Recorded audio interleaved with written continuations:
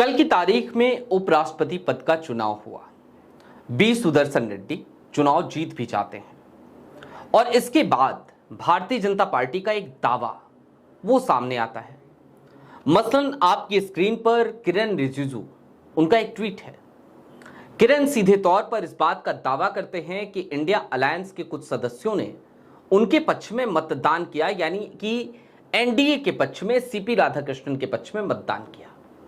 लेकिन आज की तारीख में हम आपको यह बताने जा रहे हैं कि आखिरकार इंडिया अलायंस में असली स्लीपर सेल कौन है।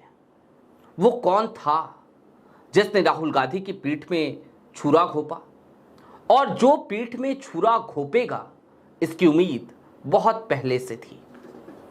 नमस्कार, मैं स्वप्निल और आप मुद्दा देख रहे हैं। दोस्तों, आगे बढ़े उससे पहले एक छोटी सी अपील है। मुद्दा इन दिनों एक गंभीर आर्थिक संकट से जूझ रहा है। एक तरफ हमारे मेन बैंक अकाउंट फ्रीज चल रहे हैं, तो दूसरी तरफ हमारा 2.5 साल पुराना चैनल हमसे छीना जा चुका है। ऐसे में यदि आप सक्षम हो तो छोटी छोटी मदद मुद्दा की जरूर कीजिएगा। इसके लिए आप स्क्रीन पर दिख रहे यूपीआई नंबर या फिर के क्यूआर कोड का इस्तेमाल कर सकते हैं। आगे बढ़ते हैं और सबसे पहले आपकी स्क्रीन पर वो टैली है जो कल की तारीख में आई। इस टैली को अगर आप गौर से देखें तो आपको समझ में आएगा कि आखिरकार कितने लोगों ने मतदान किया और उनमें से कितना मत किसे मिला। मसलन 300 मत कल की तारीख में वो प्राप्त होते हैं इंडिया अलायंस के कैंडिडेट बी सुदर्शन रेड्डी को, और 452 वोट मिलते हैं सीपी राधाकृष्णन को। लेकिन कहानी इससे आगे निकलती है। 781 कुल सांसदों की संख्या थी जो अवेलेबल थे, क्योंकि लोकसभा में एक सीट खाली है और इसके साथ साथ राज्यसभा में 6 सीटें खाली हैं। लेकिन दोस्तों, 767 ही मतदान हुए। बीजेडी, बीआरएस और अकाली दल ने कल की तारीख में मतदान से किनारा कर लिया था, और जो 767 मतदान हुए इसमें से 15 वोट अमान्य घोषित कर दिए गए। अब इंडिया अलायंस ने अपनी तरफ से जो दावा किया था वो क्या था? वो था 315 वोटों का। 315 वोट पड़े भी, और ये वोट बहुत हद तक संभव है कि किसी और को नहीं पड़े, बल्कि ये पड़े बी सुदर्शन रेड्डी को। मैं आपको एक बयान सुनाना चाहता हूं संजय राउत का। सुनिए क्या कह रहे हैं वो। दोस्तों, कल से एक अजीब सी मैसेजिंग देने की कोशिश लगातार की जा रही है कि जो पीठ में छुरा घोंपा गया वो महाराष्ट्र से घोंपा गया, उद्धव ठाकरे की शिवसेना की तरफ से, शरद पवार की तरफ से।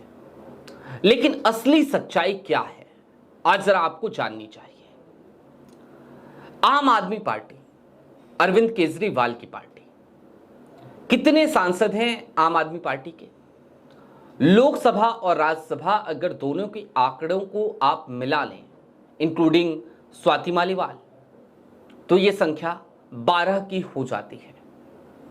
और ये जो 12 की संख्या होती है, 3 सांसद इनके आज की तारीख में वो लोकसभा में है, और 9 सांसद केजरीवाल के वो राज्यसभा में है।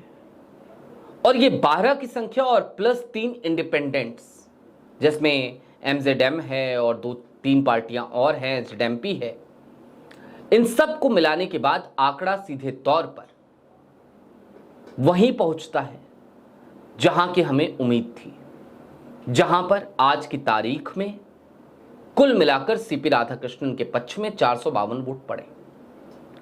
अब अरविंद केजरीवाल ये सब कर क्यों रहे हैं, इस बात पे भी समीक्षा करने की ज्यादा जरूरत है। तो आपको एक बात समझनी चाहिए। दरअसल अरविंद केजरीवाल, उनकी राजनीति की शुरुआत कहां से होती है? और जब ये सवाल आप खुद से पूछेंगे कि अरविंद केजरीवाल की राजनीति की शुरुआत कहां से होती है, तो आपको याद आता है अन्ना आंदोलन 2011-12 का वो साल, जब पहले तो जंतर मंतर पे और उसके बाद रामलीला मैदान पे एक प्रदर्शन किया जाता है, सो कॉल्ड प्रदर्शन भ्रष्टाचार के विरोध में।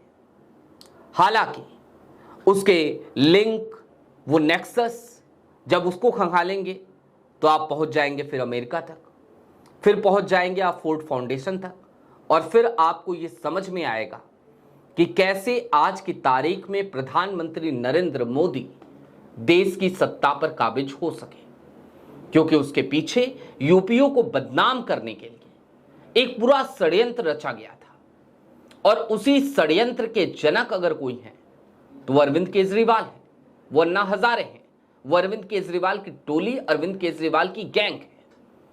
और आज अगर उपराष्ट्रपति चुनाव में आंकड़े कहीं ना कहीं उनसे मैच करते हुए नजर आते हैं, तो निश्चित तौर पर आज की तारीख में यह बात कही जा सकती है कि अरविंद केजरीवाल ने एक बार फिर इंडिया अलायंस के राहुल गांधी की पीठ में छुरा घोंपने का काम किया है। लेकिन इससे आगे एक बात और समझने की जरूरत है, अरविंद केजरीवाल के व्यवहार को समझने की। क्या आपको याद है अरविंद केजरीवाल से मिलने गए थे बी सुदर्शन रेड्डी, और उस वक्त पे अरविंद केजरीवाल कैमरों के सामने ये कहते हुए नजर आए थे कि चंद्रबाबू नायडू को, चूंकि बी सुदर्शन रेड्डी तेलुगु भाषी हैं, इस वजह से उनको समर्थन देना चाहिए चंद्रबाबू नायडू को। जरा सोचिए ये किस तरीके का डबल स्टैंडर्ड है।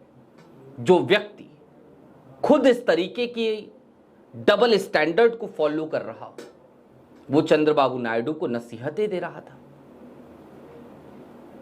और चलते चलते एक बात और आपको याद रखनी चाहिए, बिहार में अरविंद केजरीवाल सभी सीटों पर चुनाव लड़ने का ऐलान कर चुके हैं। गुजरात में सभी सीटों पर, विधानसभा सीटों पर चुनाव लड़ने का ऐलान कर चुके हैं। इसका अर्थ, इसका मतलब बड़ा सीधा सा है कि अरविंद केजरीवाल को फर्क नहीं पड़ता कि आज की तारीख में लोकतंत्र को कैसे जिंदा रखा जाए।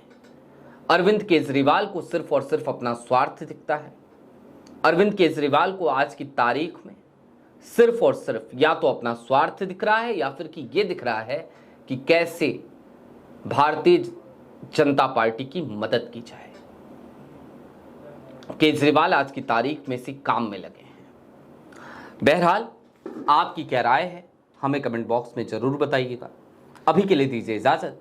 ऐसे ही तमाम अपडेट्स, तमाम डेवलपमेंट्स के लिए जुड़े रहिए मुद्दा के साथ। चलते चलते फिर वही अपील, चैनल पे नए हो तो सब्सक्राइब करते हुए जाइएगा, सक्षम हो तो छोटी छोटी मदद मुद्दा की जरूर कीजिएगा। शुक्रिया।